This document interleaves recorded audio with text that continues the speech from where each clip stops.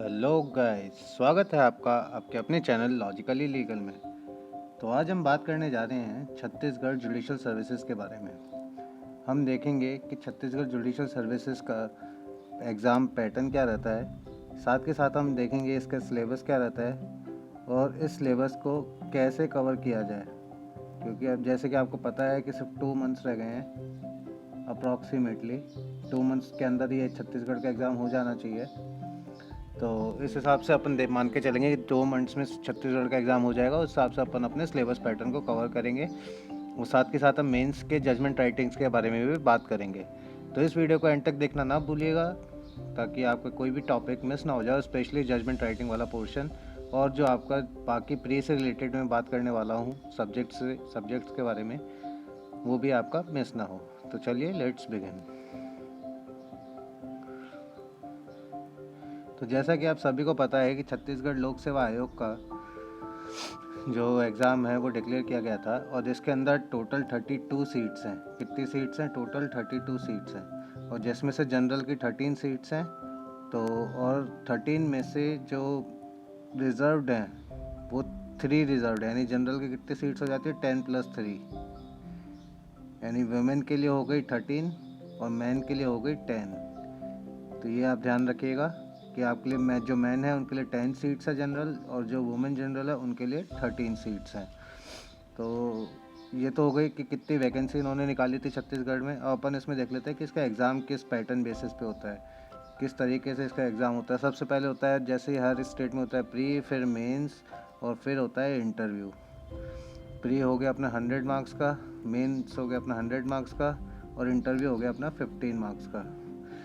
तो काफ़ी easy exam रहता है। टोटल 225 मार्क्स हैं जिसका एग्ज़ाम होता है, और जो मेरिट बनती है वो बनती है अपनी 115 में से। 115 में से जो फाइनल मेरिट बनती है वो काउंट होती है आपके सिलेक्शन के लिए। मेंस आपका एलिमिनेशन राउंड होता है, और जो प्री आपका एलिमिनेशन राउंड होता है, और जो मेंस और इंटरव्यू है वो आपका सेलेक्टिव राउंड होता है। यानी इन दोनों के बेसिस पे आपका सिलेक्शन होगा, प्री के बेसिस पे जो एलिमिनेशन होता है। तो आगे चलते हैं, अपन देखते हैं इसका सिलेबस क्या है। तो सिलेबस की अगर अपन बात करें तो जो प्रीलिमिनरी एग्ज़ाम है वो 100 मार्क्स का होता है। उसमें अपने को टाइम मिलता है 2 आवर्स का। कितना टाइम मिलता है? 2 घंटे का टाइम मिलता है। 100 क्वेश्चन करने होते हैं। मतलब ये काफ़ी ईजी हो गया है, ईजी टू डू। 2 घंटे, जैसे कि आपको पता है डेली में 150 क्वेश्चन 2.5 आवर्स। तो ये जो टाइम लिमिट है इसके 2 आवर्स की, ये बहुत ज़्यादा है as compared to the number of questions. तो आपको इतनी कोई डिफ़िकल्टी होने नहीं वाली है इस पेपर को करने में, जितना कोई लेंथी आपको लगने नहीं वाला है। वैसे भी जहाँ तक मैंने देखा है छत्तीसगढ़ में, इसमें डायरेक्ट ओरिएंटेड क्वेश्चंस ज़्यादा पूछे जाते हैं। डायरेक्ट ओरिएंटेड क्वेश्चंस आपके ज़्यादा पूछे जाते हैं। तो अपन अब सिलेबस डिस्कस कर लेते हैं। तो सबसे पहले इसमें आता है इंडियन पीनल कोड, फिर आता है CPC, CRPC, एविडेंस, कॉन्स्टिट्यूशन। तो ये हो गए 5 कोर सब्जेक्ट्स जिनके बिना आपका एग्ज़ाम निकलना पॉसिबल ही नहीं है। ये 5 हो गए आपके कोर सब्जेक्ट्स। ये सब्जेक्ट्स तो वैसे भी आपको, अगर आप जुडिशरी की तैयारी कर रहे हैं तो आपको ये 5 सब्जेक्ट तो आनी चाहिए, क्योंकि ये मोस्टली हर स्टेट में आते हैं। किसी न किसी स्टेट में तो IPC नहीं आता, ये 4 आते हैं। किसी में कॉन्स्टिट्यूशन नहीं आता, ये 4 आते हैं। तो इस तरीके से शफल होते रहते हैं, लेकिन ये 5 सब्जेक्ट्स ऐसे हैं कि हर स्टेट में पूछे जाते हैं। तो ये तो आपको अच्छे से आनी ही चाहिए। फिर अपने आता है ट्रांसफ़र प्रॉपर्टी है, कॉन्ट्रैक्ट लिमिटेशन, ये 3, और एक है SRA। इसका अपन एक ग्रुप बना लेते हैं। ट्रांसफ़र प्रॉपर्टी है, कॉन्ट्रैक्ट लिमिटेशन और SRA, ये जो है ये भी आप मान लीजिए कि इम्पॉर्टेंट हो जाते हैं, लेकिन इतना नहीं जितना ये 5 सब्जेक्ट्स काफ़ी ज़्यादा इम्पॉर्टेंट है। लेकिन इसका मतलब ये नहीं है कि आपको ये सब्जेक्ट नहीं पढ़ने, आपको ये पढ़ने, और वो कैसे पढ़ने ये मैं आपको जल्दी बताऊंगा। फिर आता है अपने इसमें लोकल एक्ट्स। लोकल एक्ट्स इसमें क्या क्या आ गए? छत्तीसगढ़ रेंट कंट्रोल, फिर आता अपना Chhattisgarh land revenue, court fees और छत्तीसगढ़ एक्साइज। इन 4 सब्जेक्ट्स का एक ग्रुप बना लीजिए। तो अभी तक अपने पास टोटल 3 ग्रुप्स हो गए। एक हो गया कोर, एक हो गया अपना अदर सब्जेक्ट्स, और एक हो गया अपना लोकल। और अदर सब्जेक्ट्स में अपना एक रजिस्ट्रेशन और NIA को भी अपन डाल देते हैं।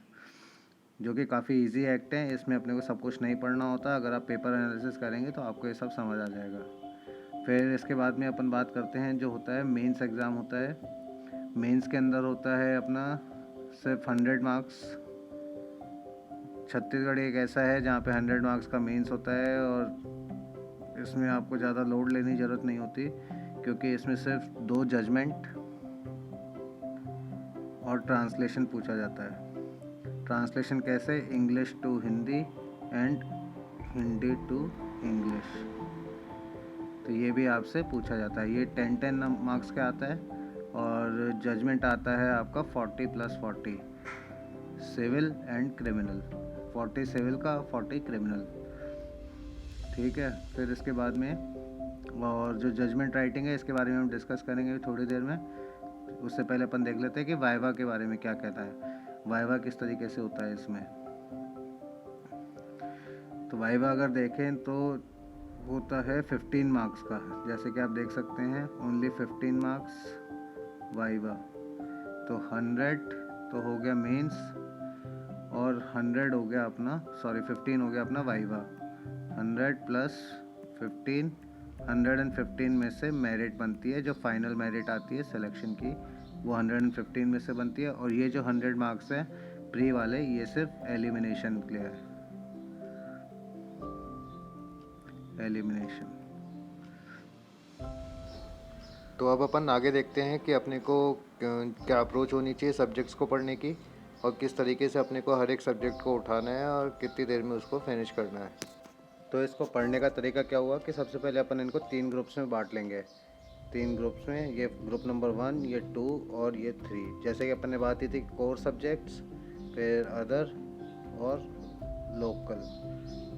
तो आपको करना क्या है, आपको हर एक सब्जेक्ट, हर एक ग्रुप में से एक एक सब्जेक्ट उठाते चलना है। जैसे पहले उठा लिया अपन ने CPC, TPA और रेंट।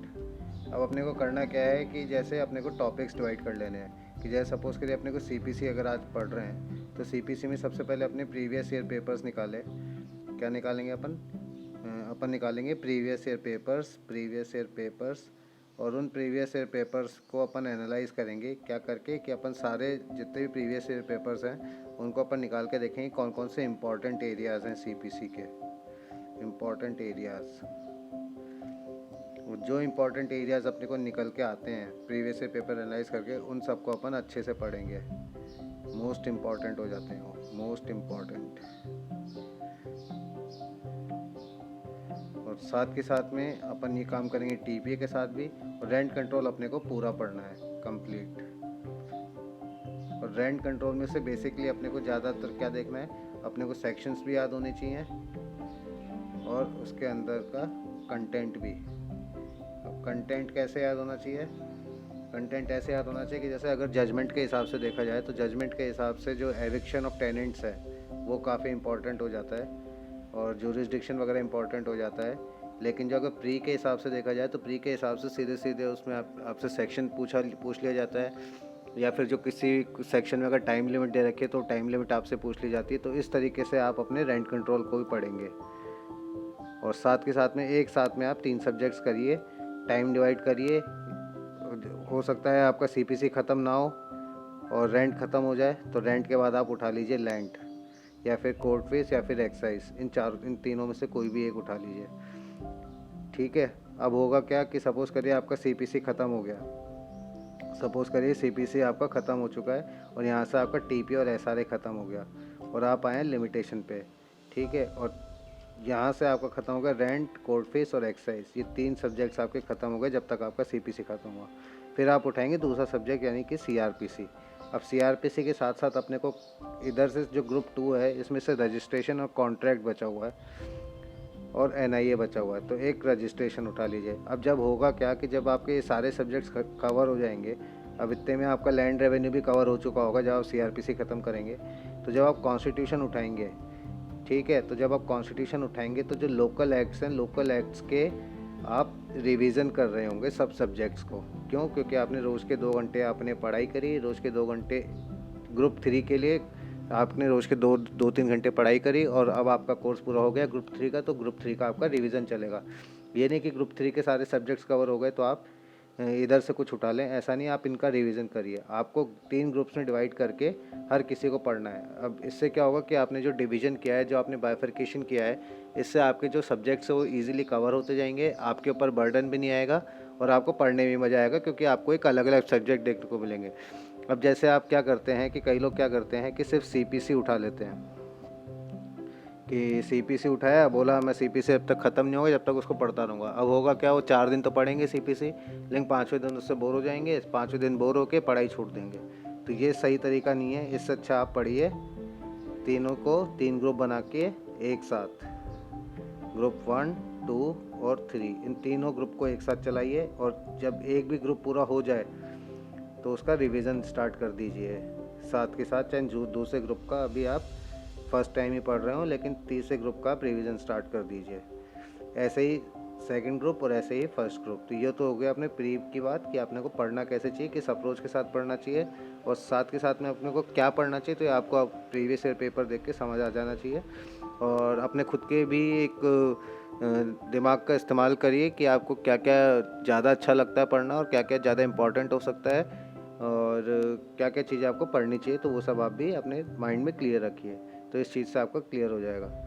फिर अब अपन बात करते हैं जजमेंट राइटिंग की। तो जजमेंट राइटिंग में 2 जजमेंट आते हैं, सिविल और क्रिमिनल।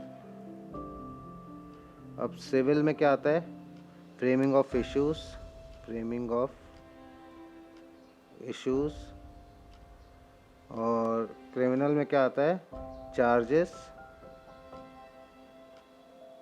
Plus judgement. अब इसके लिए अपने को सबसे पहले तो क्या करना है, इसके लिए अपने को सबसे पहले करना है कि अपने को जो छत्तीसगढ़ डिस्ट्रिक्ट कोर्ट है, छत्तीसगढ़ डिस्ट्रिक्ट कोर्ट, उसके जजमेंट्स निकालिए। उसके जजमेंट निकालने के बाद आप उनको पढ़िए, आपको एक बेसिक आइडिया हो जाएगा कि जजमेंट किस तरीके से लिखा जाता है। ठीक है, और जजमेंट किस तरीके से लिखा जाता है, साथ के साथ आप अपने जो जो जैसे आईपीसी है, आईपीसी उठाइए। आईपीसी के अंदर से अपने खुद से ही क्वेश्चन बना लीजिए। जैसे सपोज़ करिए, इन्हें एक क्वेश्चन मैं अभी आपको बना के दिखाता हूँ, सॉरी मैं जैसे एक क्वेश्चन मैं आपको अभी बना के दिखाता हूँ कि जैसे सपोज़ करिए एक्स है, एक्स ने मर्डर किया वाई का, वहाँ पे वाई के साथ में खड़ा था जेड भी। ठीक है, अब जेड के साथ उसने क्या किया, उसने उसको मारा, जिससे क्या हुआ, जेड की जो थी फेस हो गया डिसफिगर, परमानेंट डिसफिगर हो गया। तो इसमें एक्स किस चीज़ के लायबल होगा, अब ये क्वेश्चन बन गया। अब इसमें अपन लिख देंगे कि फ्रेम चार्जेस एंड जजमेंट। तो इस तरीके से अपन क्वेश्चन बनाएंगे, और अपने को वीक में कम से कम 3 जजमेंट अपने को लिखने हैं। जैसे डॉक्टर कहता है ना कि आपको दिन में 3 बार एक गोली लेनी है, इसी तरीके से अगर जजमेंट में आपको अच्छा स्कोर करना है, किसमें, जजमेंट में अगर आपको अच्छा स्कोर करना है, तो आपको वीक में कम से कम 3 जजमेंट लिखने हैं। 3 तो मैं बहुत कम बता रहा हूँ, ताकि आपकी एक बार कंटिन्यूटी बने, 3 जजमेंट्स पर वीक। एक बार आपकी कंटिन्यूटी बन गई, उसके बाद आप इसको ज़्यादा करते जाइए। और जब प्री एग्ज़ाम आ जाए तो उस टाइम पे आपको क्या करना है, उस टाइम पे आपको सिर्फ MCQ सॉल्व करना है, मैक्सिमम पॉसिबल, नो लिमिट। ठीक है, इसकी कोई लिमिट नहीं है कि आपको एक दिन में 1000 करने हैं या 2000 करने हैं या 4000 करने हैं, इसकी कोई लिमिट नहीं है। मैक्सिमम पॉसिबल जितना एक दिन में आप कर पाएँ उतना आप MCQs करिए, मैक्सिमम पॉसिबल MCQs करिए प्री के एग्ज़ाम के 1 मंथ पहले या फिर 15 डेज़ पहले। तब तक आप जैसे बताया वैसे उस हिसाब से करिए, और जजमेंट्स आज से ही चालू कर दीजिए। 3 या फिर इसको 4 जजमेंट कर लीजिए, 2 जजमेंट हो गए सिविल के और 2 जजमेंट हो गए क्रिमिनल के। अब बात आती है कि अगर आपको जजमेंट के नोट्स चाहिए, जजमेंट राइटिंग के अगर आपको नोट्स चाहिए, तो आप हमें इंस्टाग्राम पे फॉलो करिए, जिसका यूज़र नेम यहाँ भी है, लॉजिकली लीगल 123। यहाँ आप फॉलो करिए और डायरेक्ट मैसेज करिए। क्या लिख के मैसेज करेंगे आप? Judgment writing notes, JW notes. ठीक है, इंस्टाग्राम पे आप फॉलो करिए और वहाँ पे मुझे DM करिए जजमेंट राइटिंग नोट्स। मैं आपको वहाँ पे नोट्स प्रोवाइड कर दूँगा और हो सकता है आपकी कुछ मदद हो जाए, इसमें कुछ हेल्प हो जाए तो मुझे काफ़ी अच्छा लगेगा। तो आज के लिए बस इतना ही। अपन मिलेंगे अगले वीडियो में, एक नए टॉपिक के ऊपर बात करेंगे, नए इशू के ऊपर बात करेंगे और किसी नए एग्ज़ाम का अपन एनालिसिस करेंगे। तो अगर आपको ये वीडियो अच्छी लगी तो प्लीज़ इसे लाइक करें, शेयर करें और सब्सक्राइब भी कर लें। Like share subscribe. Till then happy जस्टिसिंग। और याद रहे, हार्ड वर्क का कोई सब्स्टिट्यूट नहीं है। अगर आपको जज बनना है तो हार्ड वर्क करना ही है। बिना hard work nothing can be achieved. आप कहते हैं कि लक सब होता है, तो ऐसा कुछ नहीं है। लक का जो रोल होता है वो 10% होता है, 90% आपका हार्ड वर्क है। अगर आप हार्ड वर्क नहीं कर रहे हैं तो लक से भले ही आप थोड़ा सा आगे पहुंच जाए, लेकिन पूरा आगे नहीं पहुंच पाएंगे। तो please keep working hard and push your limits, because अब ये हाई टाइम आ चुका है। इसके बाद आपको ज़्यादा टाइम मिलेगा नहीं। कभी भी किसी टाइम पे ये कह देंगे कि एग्ज़ाम होने वाला है, तो उस टाइम तक आप फिर कुछ कर नहीं पाएंगे। तो प्लीज़ प्लीज़ प्लीज़ आप स्टार्ट कर दीजिए। तो मिलते हैं फिर अगली वीडियो में। Bye bye.